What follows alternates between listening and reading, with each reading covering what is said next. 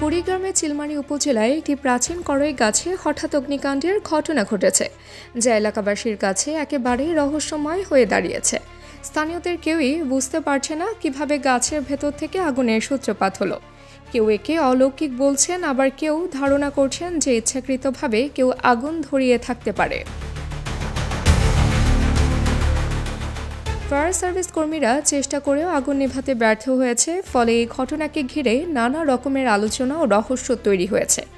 অনেকের মতে হয়তো কোনোভাবে গাছের ভেতরে আগুন লেগেছিল, আবার কেউ মনে করছেন এটি অদৃশ্য কোনো শক্তির কাজ। তবে ফায়ার সার্ভিসও এখনও নিশ্চিত করে কিছু জানাতে পারেনি। এই ঘটনার পর থেকে গ্রাম জুড়ে আতঙ্ক বিরাজ করছে।